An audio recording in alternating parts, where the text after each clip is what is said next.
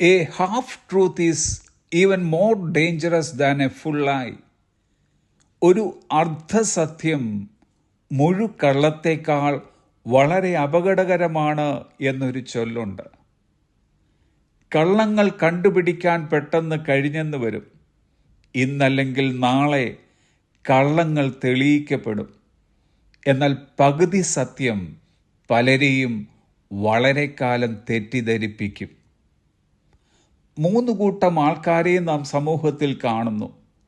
1 കള്ളങ്ങൾക്ക് വേണ്ടി നിൽക്കുന്നവർ, 2 സത്യത്തിന് വേണ്ടി നിൽക്കുന്നവർ, 3 അർദ്ധസത്യത്തിൽ നിൽക്കുന്നവർ. ക്രൈസ്തവ വിശ്വാസത്തിൽ ജീവിക്കുന്നവരിൽ കള്ളങ്ങൾക്ക് വേണ്ടി നിൽക്കുന്നവരെ നാം കണ്ടെന്ന് വരികയില്ല. എന്നാൽ സത്യക്രിസ്ത്യാനികളെയും പകുതി സത്യത്തിൽ വിശ്വസിക്കുന്നവരെയും കാണുവാൻ കഴിയും. പിശാച് പലരെയും വീഴിക്കുവാൻ ഉപയോഗിക്കുന്നത് പകുതി സത്യം എന്ന തന്ത്രത്തിൽ കൂടിയാണ്.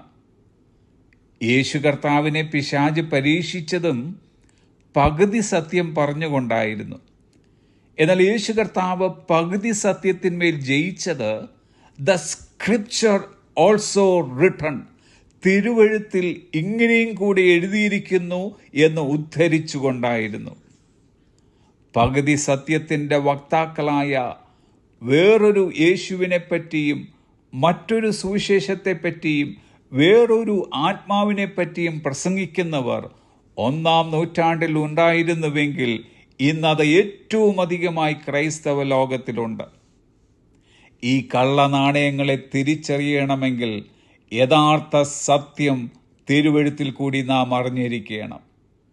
എൻ്റെ വചനത്തിൽ നിലനിൽക്കുന്നുവെങ്കിൽ നിങ്ങൾ വാസ്തവമായി എൻ്റെ ശിഷ്യന്മാരായി സത്യം നിങ്ങൾ അറിയുകയും അത് നിങ്ങളെ സ്വതന്ത്രരാക്കുകയും ചെയ്യുമെന്ന് യേശു കർത്താവ് പറഞ്ഞു. പല സത്യങ്ങളില്ല, ഒരു സത്യമേ ഉള്ളൂ.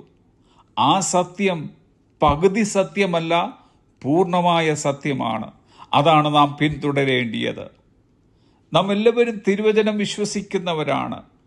എന്നാൽ അതിനെ പൂർണ്ണമായി വിശ്വസിക്കുവാൻ കഴിയുന്നുണ്ടോ എന്നത് പ്രസക്തമായ ചോദ്യമാണ്. അനുഭവങ്ങളെല്ലാം സത്യമാകണമെന്നില്ല. കാഴ്ചപ്പാടുകളെല്ലാം വെളിപ്പാടുകളാകണമെന്നുമില്ല. പ്രസംഗകരെല്ലാം സത്യപ്രസംഗകരാകണമെന്നുമില്ല. പ്രസംഗങ്ങളെല്ലാം സത്യമാകണമെന്നുമില്ല. ഇവയെല്ലാം നാം വിവേചിച്ചറിയണമെങ്കിൽ ഒരൊറ്റ ഉപാധി മാത്രമേ ഉള്ളൂ. അതത്രേ, അത് അങ്ങനെ തന്നെയോ എന്ന് ദിനം പ്രതി തിരുവെഴുത്തുകളെ പരിശോധിച്ചു പോന്ന ബെരോവായിലെ വിശ്വാസികൾ പുലർത്തിപ്പോന്ന രീതി. തിരുവെഴുത്ത് എന്താണ് പറയുന്നത്?